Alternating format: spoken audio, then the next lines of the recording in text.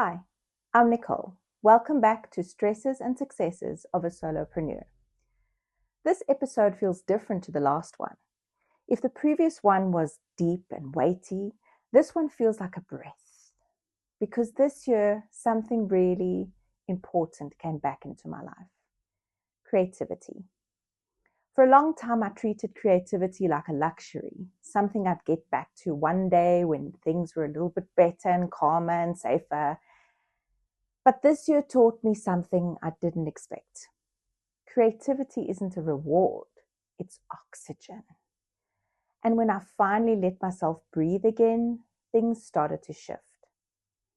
I don't talk about this very often, but before I was a teacher, before I was a coach, I was a full-time professional musician. Music was my world. It was who I was. And then life happened. I became a mom, I became a teacher, and I stepped back from the stage to be with my family. Not dramatically, just quietly. And over time, without really noticing it, I started to feel like that part of me was gone. Like maybe I'd outgrown it, or maybe it had outgrown me. So when I stepped back onto a proper stage again this year for the first time in about 10 years, it was deeply vulnerable. I was excited, but also quite scared. And I remember thinking, do I still have it? Will it feel the same? What if it doesn't and I'm not good enough? Then I got on stage and it was like riding a bike. My body remembered, my voice remembered, and my soul rejoiced. It felt right. That was the one of the first sparks. And what's interesting is that creativity, that creative awakening didn't come back loudly at first. It came back quietly. Around the same time I was painting. A few years ago, I discovered watercolors and finally found a medium that felt like me. And this year, I painted a big, meaningful piece for my best friend's birthday. No pressure, no expectations, just creating. And looking back now, I realize that was oxygen too. From there, creativity started finding its way into my work. While building Mapping the Future, I found myself loving the design side, designing the books and editing the videos and learning new apps, seeing ideas come to life visually. It didn't feel like work, it felt playful and fun. And somewhere in the process, another vulnerable step was waiting for me, showing up on video. I'll be honest, it was really uncomfortable at first. Worrying about how I looked and how I sounded and whether I was saying the right things. But something shifted when I stopped trying to be perfect and started to focus on connection instead.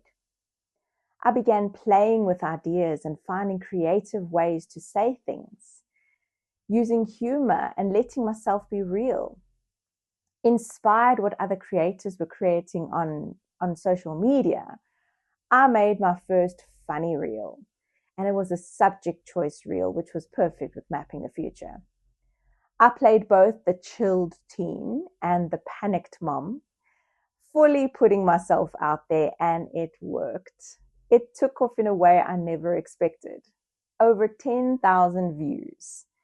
More importantly, though, was it unlocked something in me. I realized that creativity suffocates when you pretend. And it thrives when we let ourselves be fully who we are.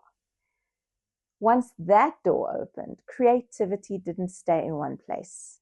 It started showing up everywhere. My first online course, my first online workshop, in-person workshops, landing pages, presentations, each one stretched me creatively.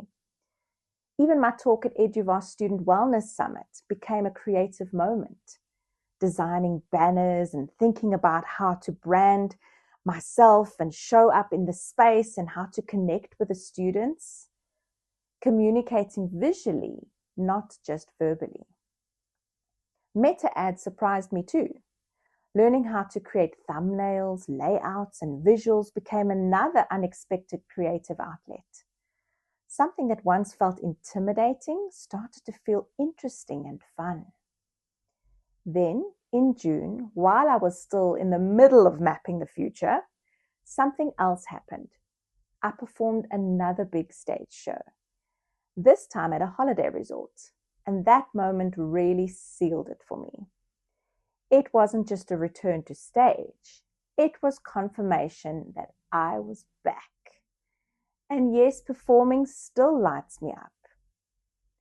Here's what this year taught me. Creativity didn't come after things got better. It helped make things better. Joy brought clarity, play brought confidence, and expression brought direction.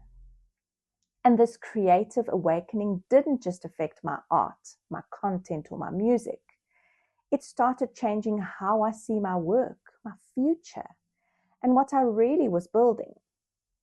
But while all this creative energy was coming back online, something else was happening in the background. Something a lot less glamorous and a lot more confronting. Money. Creativity may have returned, but financially this year still had its dips, its fears, and some very real moments of panic. And that contrast mattered. On one hand, I felt more alive and more aligned and more than I had in a long time. On the other hand, I was facing uncomfortable truths about income stability, pressure, and trust. Both things existing at the same time. Joy and stress, creativity and fear, faith in the process, and really big financial uncertainty. That tension deserves its own conversation. So in the next episode, I want to talk honestly about money, the drama, the dips, the emotional weight of it as a solopreneur, and what this year taught me about panic, pressure, and learning to respond differently. That's episode 5, Money, Money, Money, part 1. And it's where things get very real. See you then.